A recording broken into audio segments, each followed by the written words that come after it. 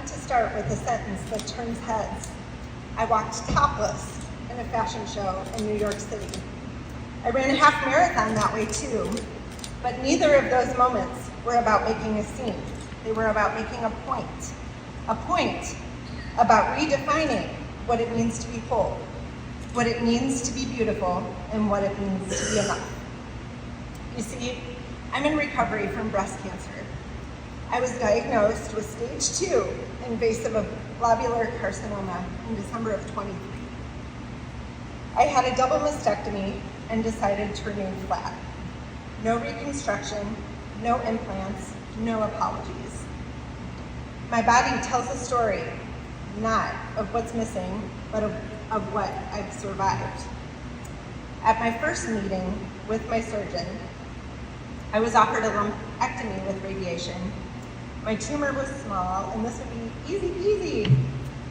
After researching my type of cancer and asking for an MRI, they found 2 more tumors. I instantly went from stage 1 cancer to stage 2, with a tumor that started at less than 10 millimeters in all directions and expanded to 33 millimeters. The first tumor I named Stella. Stella! And when I found out Stella was having a party with her friends, uninvited, my surgeon and I had another conversation. He assured me he could still probably perform a lumpectomy and I could keep my breasts, but one would be significantly reduced.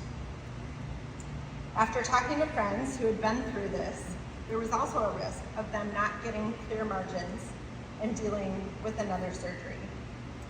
As I sat there in the doctor's office, medical gown open to the front, vulnerable, emotional, in a room full of strangers, I paused. I decided then and there, take it. Take the breast. When I made that decision, I was told a lot of things. You will feel broken. You are going to struggle. You will not feel feminine. But here's the truth. I'm still me. I'm healthy, I'm fierce, I'm beautiful, and guess what? I don't need breasts to be any of those things. We live in a world obsessed with appearance, where breasts are idealized, sexualized, held up as part of what makes a woman a woman. We're taught from a young age to measure ourselves by impossible standards. So imagine what it feels like to lose something that society tells you defines your worth. But I realized something powerful. I was never just my breasts, and neither are you. When I chose flat closure, it wasn't to prove a point. It was about survival, about feeling like me, about recognizing the person in the mirror. I didn't want months of additional surgery trying to recreate something I was told I needed, but no longer had. And when I made that choice, something surprising happened. I didn't feel small, I felt seen. Because when you strip everything down, literally, you find out what you're made of. And I found I'm made of grit, grace, and a fire I didn't even know I had. Walking the runway in New York with my flat chest and visible scars wasn't about traditional beauty. It was about redefining it.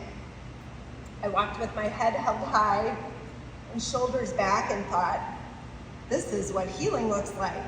This is what wholeness looks like.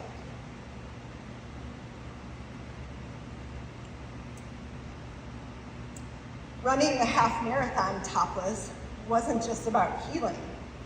It was for every woman who's ever questioned whether she was enough, whether she was beautiful, whether she belonged. With every mile, I sent a message. I am here. I'm strong. I'm unashamed. Let me tell you something. You are enough. You are beautiful. You belong. You always have. And it's not based on how you look or what brands you wear or how much you achieve in this life. Flat closure isn't something to be hidden or fixed. I'm not broken. It's just another way of being whole. And the more we show it, the more we speak it and normalize it, the more power we give to the next woman who's standing at that same fork in the road wondering what comes next. The truth is, 1 in 8 women will be diagnosed with breast cancer.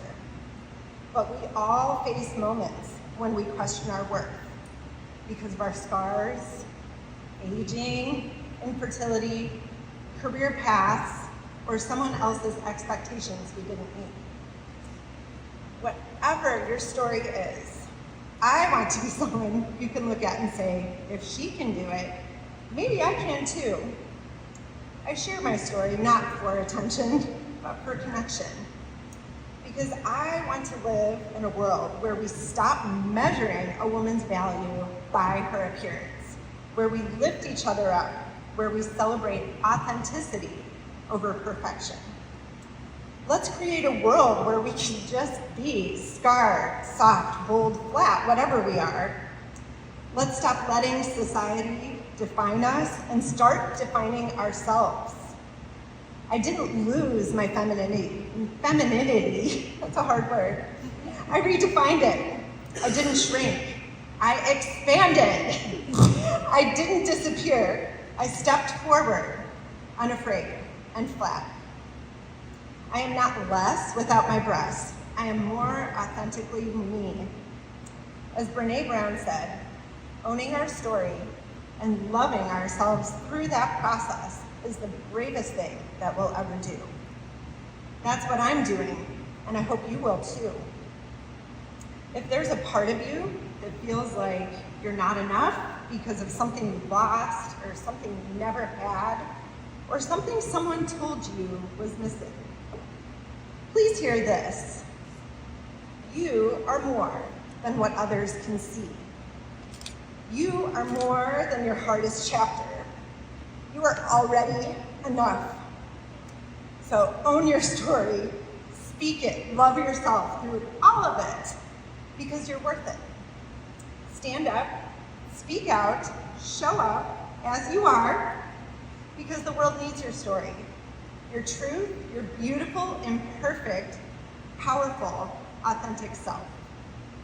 Thank you for letting me share my story.